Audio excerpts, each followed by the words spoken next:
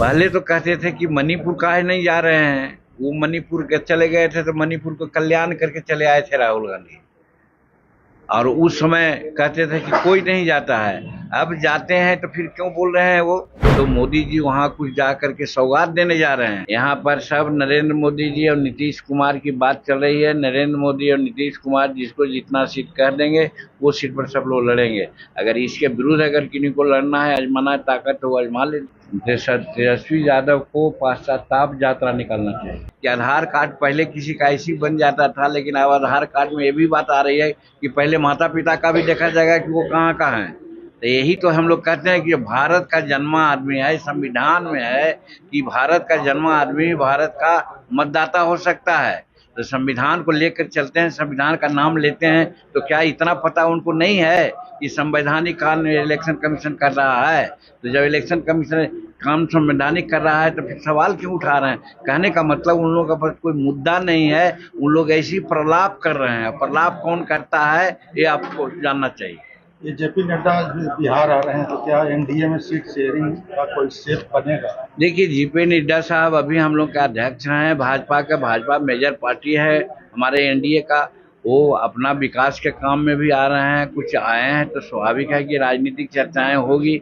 और अब तो बहुत नजदीक है, इसलिए एनडीए में सीट शेयरिंग की बात भी होगी। तो वो आए हैं तो भाजपा के लोगों से बात करेंगे। अगर एनडीए से बात करने की बात होगी तो हमारे लोगों को भी मौका मिलेगा, तो हम लोग भी जाकर के अपनी बात को कहेंगे। तो इसलिए यहाँ आए हैं तो जरूर एनडीए के लोगों को अगला जो चुनाव बिहार का है उसमें सीट शेयरिंग के बारे में जरूर वार्ता करेंगे। ऐसा हमको पता है, कोई इसमें कहिए कि आधिकारिक जानकारी नहीं है, अपना अंदाज से हम कर रहे हैं। घटक दलों के बीच टिकट की संख्या को लेकर कोई भी हिच नहीं है, कोई हिच नहीं है। यहाँ पर सब नरेंद्र मोदी जी और नीतीश कुमार की बात चल रही है। नरेंद्र मोदी और नीतीश कुमार जिसको जितना सीट कह देंगे वो सीट पर सब लोग लड़ेंगे। अगर इसके विरुद्ध अगर किन्हीं को लड़ना है, आजमाना है ताकत, तो वो आजमा ले ताकत, उसमें छूट है उनको। सर, शंकराचार्य जो है वो उन्होंने कहा है कि बिहार में जो है 225 सीटों पर वो चुनाव लड़ेंगे, क्या लगता है? अब जमहूरियत है, यहाँ पर 225 पर हो तो 242 सीट पर चुनाव लड़े, इसमें क्या दिक्कत है भाई। यहाँ कोई ये जनतंत्र में तो किसी को लड़ने का माने रोक नहीं है, लड़े वो। उन्होंने ये भी आरोप लगाया कि मोदी जो बोलते हैं वो करते नहीं है, जो कहते हैं वो होता नहीं। वो गंदा आदमी है। तो शंकराचार्य का ये टाइटल है, हट जाना चाहिए।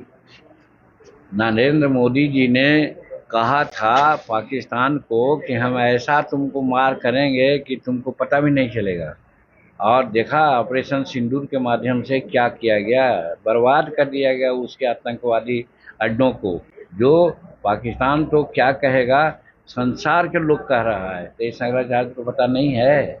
दूसरी बात, भारत आर्थिक व्यवस्था के दृष्टिकोण से 5वां पायदान पर था, अब चला आया 4था पायदान पर। हम 27 या 28 में 3रा पायदान पर आ जाएंगे। ये शंकराचार्य जी को नहीं सोचता है। तीसरी बात, चंद्रमा का दक्षिणी छोर पर कोई नहीं गया था, भारत के वैज्ञानिक चला गया है, ये नहीं सोचता है उनको।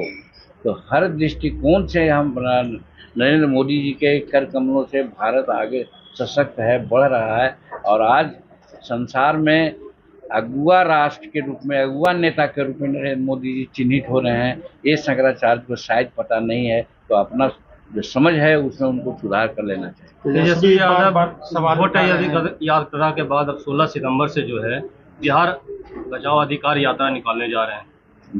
तेजस्वी यादव को पश्चाताप यात्रा निकालना चाहिए, इसलिए कि उनके माता पिताजी 2005 के बाद जो कर्म किए हैं उसका दंश आज भी हम लोग भोग रहे हैं।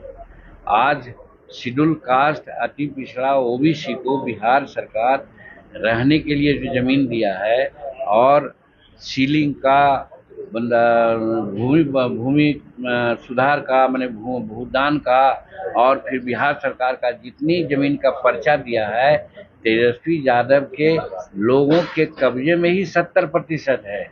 तो वो जाकर के पश्चाताप करें और छुड़वावें।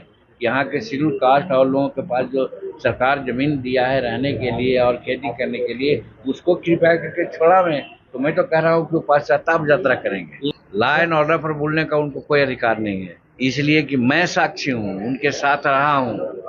जब चोरी होती थी, किडनैपिंग होती थी, तो उनके पिताश्री एक अन्य मार्ग में लोगों के बीच में समझौता कराते थे और कहते थे हो ये सब भूखल बड़न हो, एखनी के कुछ पैसा दे दा, गाड़ी छूट जाए, आदमी छूट जाए। आज किसी का हिम्मत है एक अन्य मार्ग में जाने का?